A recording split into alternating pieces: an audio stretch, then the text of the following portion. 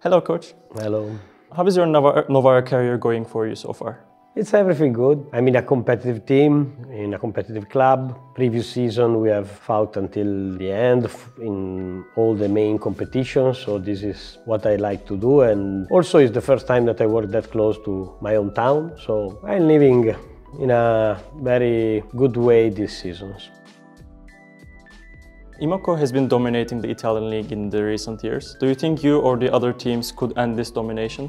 I mean, in the last years, some other clubs were rising, and together with Novara that have been one of the main challengers, even if Moco, like you said, dominated all the finals and all the trophies. But at least a couple of clubs are growing and making big investments season by season, like Milano, Scandicci, and so also the top of the league is becoming really competitive, and maybe will not be that surprised if in the next season Conegliano will share some trophies with some other club. So what do you think are the stronger sides of Italian league compared to the other leagues? I think that together with the Turkish, most of the best players of the world are playing in these two leagues. Probably main difference has been until today the fact that our league is really competitive. So I don't know, I can't speak about the Turkish league because I've never lived this experience, but at least it looks that in Italy you can never play making any big turnover of players against any single team of the league, and it's something that when I watch some videos or some matches by the Turkish Liga, you can see top teams in some situations rotating even more their players and making different choices, probably working for much important matches or for the Champions League in some period of the season. It's something that in Italy we can do, and that is due to the level of the teams, and so I would say competitiveness. Coach, I'd like to show you a photo now, actually two of them. What could you tell me about these two photos and your relationship with Ebrar? Yes, funny pictures. I really like these moments and these memories because Ebrar is a particular girl with a big heart, in my opinion. These 2 seasons working with her gave me a lot of these crazy moments that showed also how she is a player that leaves our job and volleyball at the top. Even if I don't show too much these kind of feelings, but my life is all volleyball at the moment. There are some important moments that these feelings that we have in common, they come out. I really enjoy in showing off together with her, or being, being like used by her to show off her feelings. I mean, in particular in the moment that happened during the match, it's something that bring a lot of good feelings and make us feeling that we are on the right way, that we are pushing together, and it's something that fulfill of good emotions, and so the pictures are great memories. So that was more about Ebrar's personality. How would you describe Ebrar as a player, as a volleyball player? It's hard to say, also because we are culturally a little different. She is that kind of girl that used to speak and to have a contact and to have an exchange in terms of feelings, also speaking about work, how she feels about the work, what she believes, to listen really careful what I say to her and the way we share our job. Other than that, I would say that she is very passionate. If I should describe Ebrar in only one word, because it's in many moments it looks that passionate and competitive. In many situations she really needs the competition, even in practice. Or she turns like in another player when we have a competition and when we play matches. And in this we are different, because I'm more like everyday job, doing very 100% focused, concentrate all the time. For me, it doesn't make so much difference if it's practice, if it's match. It's always 100% serious, 100% trying to do the best. And for Ebrar, I want to say that she gives less in some moments, but for sure, when there is a competition, she changes a lot. Coach, I would like to talk about the volleyball fixture, the schedule as a general. As you know, there are lots of tournaments and the schedule is quite heavy and volleyball community is criticizing this. Even lots of players end up playing through pain or some minor injuries. Could you tell us what you think about the length and density of the volleyball season?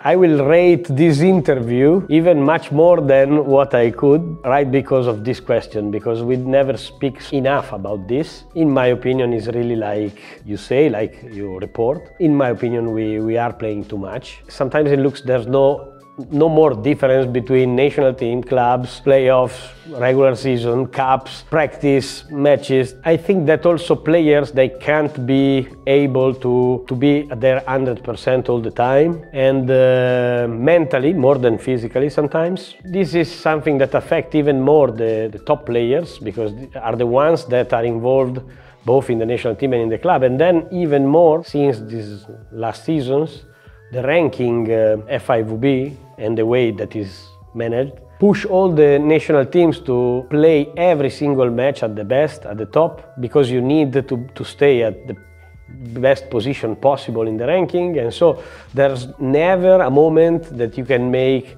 for example, different choices. I'm a coach also of a national team, and I notice how it's impossible to dedicate, for example, a tournament to develop younger players, to give experience to players that at the moment they don't have so much, because you always need to win and you always need to try your best. And I think that in this way we risk a lot. We risk because of the health of the players, but we risk also for the show. To be honest, in many moments of the seasons, and I consider season for the club and season with the national teams, kind of show that we are watching is not top level.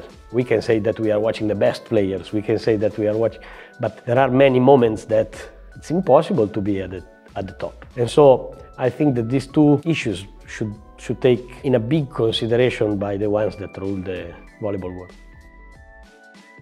So you just mentioned that top-level players have to play both the club season and the national team season. Do you find it difficult to coach both a club team and national team at the same time? Can be stressful in some moments because there's no pause between the two jobs, but it's something that I care to have. It's something that I wanted. I choose to be available for doing that. When I said something like I'm saying right now, saying like that we are playing too much, I was criticized in some moment because somebody said, nobody asked you to have two jobs. You could even just do one, and then if you want two, why you want also to have like holidays? Nobody wants holidays. We want time for preparing, for practicing, for creating, building our teams, and then time for competing, and then for the players time for resting between competitions, and then to practice again. For example, last season it has been a very long season with the national team. I didn't want one single day more after the World Championship to come back to work. I had probably 2 days, I don't remember, and then I went back to work with the club. And this is not a problem. I wanted to be there.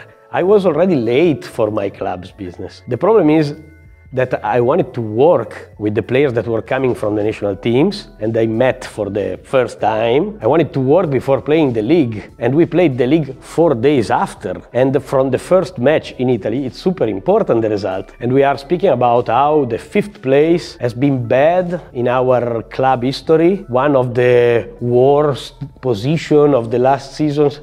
How is possible to handle everything at the top if 4 days after a competition like the World Championship, in a season like the last, we have to start the league? And so this is what I feel like difficult, is what I want. Working with national teams, working with the club is what I want, exactly the life that I want. I choose it, I want it. But I also know that to perform, there are moments of practice, competition and rest. And this is our nature. You can't forget this, in my opinion. You have a difficult group in the Olympic qualification tournament that you're going to be hosting. What do you think about your opponents in the group? I think they are really strong, like you said. The group is really tough, but there's no group that I would exchange. Are all super tough for us. You know, when you are medium high level, in any situation you will face teams stronger than you or like you that you never know how it can end up. What I'm focusing, to be honest, is to think about the ranking, like I was saying before, to the needs that we have, like Poland, to be competitive in all the competitions, because we need points from everywhere. Also because this is a criterion for qualifying for the Olympics. And so this is something that, in my opinion, makes the difference. And then, just at the end of the season, we will have this opportunity. That is a big opportunity, important opportunity. But I can't say that I see Poland with more opportunities than at least 3 or 4 other teams in our pool. And like I said, if I would have been drawn in another pool, it would have been the same. And so, super tough. As you know, there has been a change in the coaching staff of Turkish national team. Do you believe Daniele Santarelli will be successful with the Turkish national team? I think that Daniele is a top-level coach in a top-level team. I think that Giovanni did a fantastic job, to be honest, honestly, just speaking from outside. Of course, I am a very big friend of Giovanni, but I try to analyze from just outside, like volleyball fan. And I don't know if people realized how big has been what Giovanni did with the Turkish national team in these years. But for sure, Daniele will have the opportunity of keep going with this big job and trying as they tried in the last years to reach also important results. For sure, Daniele will have the possibility of working for the same goals. So as Turkish fans, we can't forget about the quarterfinals against South Korea in Olympics Games in Tokyo, unfortunately. What do you remember about that match? What would you like to say about it? Did you think that you could win the match? For us, the dream have been to go to the Olympics. I mean, like stuff. We went to Korea, we had this opportunity because we wanted to go to the Olympics. So it was already a success for us to be there, first of all. Then, of course, the dream was to pass the first round. We knew we had possibilities about that, but we should have been perfect in some crucial matches, like it has been, because we could win against Dominican and Japan, that it makes the difference for us to pass to the next stage. And both of these matches have been high intensity, super emotional, 2 tie-breaks, really hard. In particular, the one with Japan, we were back in the scores also at the end of the tie-break, if I don't remember bad, because I mixed some memories about the matches. Anyway, it was like kind of a great result to reach the quarterfinals. And then, you know, playing against Turkey, we knew that we had our chances to play the match. We knew that the opponent team was, on the paper, stronger than us. We didn't expect, to be honest, to be that successful. At the end, for example, I remember, like it happened just 5 minutes ago, with the last points, with Japan, me and Cesar Hernandez and the other guys, we ran into the court to celebrate with the girls, because it looked like, okay, target reached with our top, our best, going to the quarterfinal, perfect. But winning the quarterfinal in that particular situation, it was like impossible. We remember that at the last point, I just turned to Cesar and I said, it's impossible. What happened is impossible. And then I went to Giovanni, I shake his hand and I say, Joe, it's impossible. And then he said, no, it's possible because we played really bad, like this. And so it was a super funny moment, but incredible. Then we played good enough and we had this fantastic opportunity to play the semi-finals and then third place final. But after this that is a great memory also, because after this match our dream at least finished. We wake up from this dream, you know. I mean, when it finished our dream, it started your nightmare probably. Who do you think has the strongest squad amongst women's national teams at the moment? Hard to say. In the last years, in many situations, I said that I was thinking, and I truly was, that Italy could have the possibility of reaching the best results in the last competitions. And I don't know if I also brought bad luck to my country, but I don't want to repeat this anymore. Pool of teams is always the same. Serbia, United States, China and Brazil are always in the medals, more or less, always in the medals in each competition. And in this moment we are not considering Russia, but we can see that some new generation of Russians is growing. Also Turkey is going to change probably a little bit in terms of player that can play with the national team. I will not be surprised if some of this balance will change in this next season or seasons, considering the cycle that brings to the Olympics in 2024. As volleyball looks in the European competition, possible to change very quickly. So coach, if I were to ask you, who do you think is the most talented player you have ever seen in your life? Really hard to say. I can speak about the players that I've worked with. In terms of talent, probably Kim is the one that I've worked with the highest talent. Gabi, that are the two main. I would say also, if we speak about talent, also Paola Cardullo, I remember very well that it was not only something built by work, but also how she was skilled.